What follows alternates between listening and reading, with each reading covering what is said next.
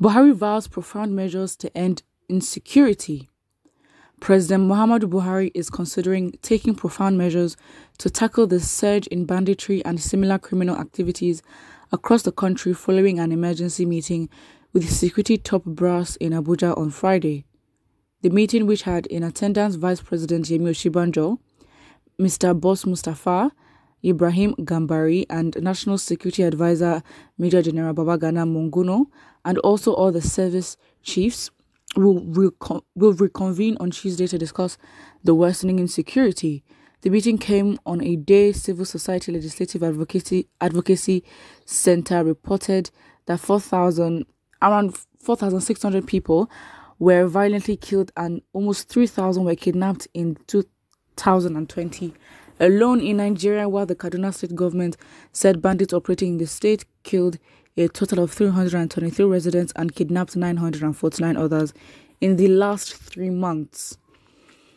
The police hierarchy has named Mr. Christopher Owolabi as the new CP, Commissioner of Police of Anambra State, as the first step in reordering, overhauling, and strengthening the security and police architecture in the southeast and south-south. The United Kingdom says it is also concerned by the situation in Nigeria, with its Minister for Africa, James Doddridge, stressing that the stability of Nigeria matters a lot to his country. National Security Advisor Babagana Monguno, in a statement at the end of yesterday's meeting at the Presidential Villa, said Abuja said Buhari administration was prepared to do whatever is required to free the country from the current debilitating security crisis.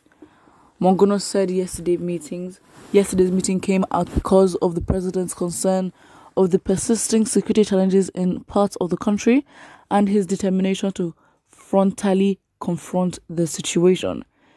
He said at today's meeting, the president made it abundantly clear that while the insurgents, bandits, and criminals are still at it, he has no doubt that the Nigerian security agencies and all of us as a nation will certainly overcome all the current security problems and defeat the forces of evil marauding about in different parts of the country. While the criminals continue to test the will of the Nigerian government, the President and the Council, which adjourned today's critical meeting until Tuesday morning to receive further briefings from the security chiefs, are set and determined to decisively end the assault on the nation and will do all that it takes. Mr. President is very prepared to take profound measures in wider interest of the people and the Nigerian nation. There shall be no relenting until peace and security is significantly restored in our communities. Also at the meeting, the Chief of Defense Staff, General Lucky Irabo, Ibrahim Atahiru, basically all the defense staffs, and the President had come under severe pressure from various stakeholders, including the National Assembly, the opposition party, PDP, and other Nigerians, to take urgent and drastic action to deal with the security challenges, especially kidnapping, killing, arson, and agitations for secession.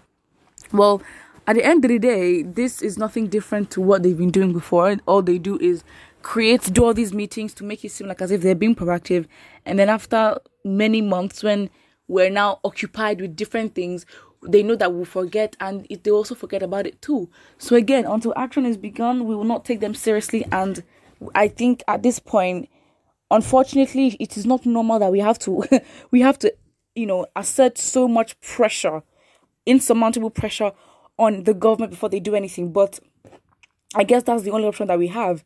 It shouldn't be, but that's what we're going to have to do to actually make change. Because again, the tactic is for us, well, from what they want, is probably for us to just forget so they don't have to do anything, which is very, very sad and should not even be at all.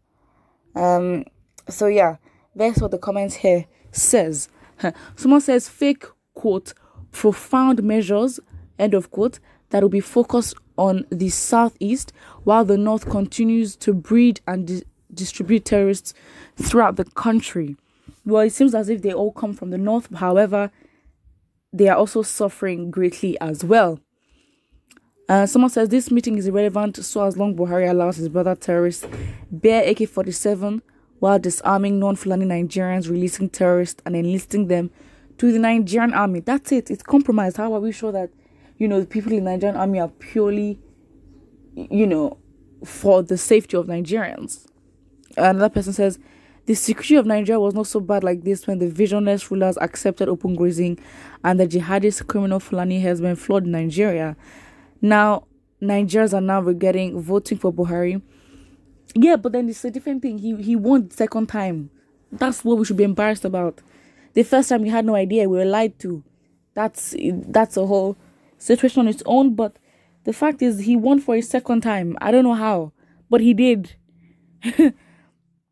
Someone says wrong. Vows to change tactics by arming more killers. Maybe. How can only Fulani oligarchy be the security chiefs of a complex country like Nigeria? That is very true. A lot of them are security chiefs. A lot of them are appointed as commissioner of police, and I'm just like, again, you might say, okay, fine, you're making it complicated, but it's like, how can you make non-indigents of a land? Again, how can you make non-indigents of a land be bearing positions? So, for example, like Yoruba State, would it make sense if, for example, an Igbo person was commissioner of police? You might see it as, okay, fine, that's a bit divisive and tribalistic. However, this is when it comes to the power that we're talking about, you don't just appoint people. I mean, I guess that's how the government works. But then you are appointing people or giving a centralized power, the authority to just appoint whoever they like. Of course, it's going to be by the law, and they wouldn't do anything wrong by the law. But then again, it also furthers inequality in so many areas. Somebody says Buhari has always made a vow, and he, Buhari, has never kept to his vow and oath of office since Buhari started. This is okay. It is time for the government to embark on a massive recruitment and procurement of latest weapons in order to secure the country. It's not like they can't. It's not like as if they can't afford it. It's not like as if they don't know where to get them from. They're just choosing not to because they are very selfish. You can't tell me that in this day and age, they do not know what they're doing, or they don't know what is obtainable, or they don't know what is happening in other countries, and how other countries are just able to make themselves secure. Please. Everybody knows that Buhari is a Boko Haram patron. I can never fight to defeat them, really. So that's the thing. We don't know Buhari's opinion on this. It's been a long time we heard him speak, first of all. The presidential debate for 2019, he didn't even show up. So how are we meant to know his mentalities on these kind of things or these kind of issues when we're not able to question him on it? Yet he still won. We need to be harsh. If you don't come for a presidential debate, you are out and disqualified. Period. Put what you think in the comment section below. Don't forget to like and subscribe.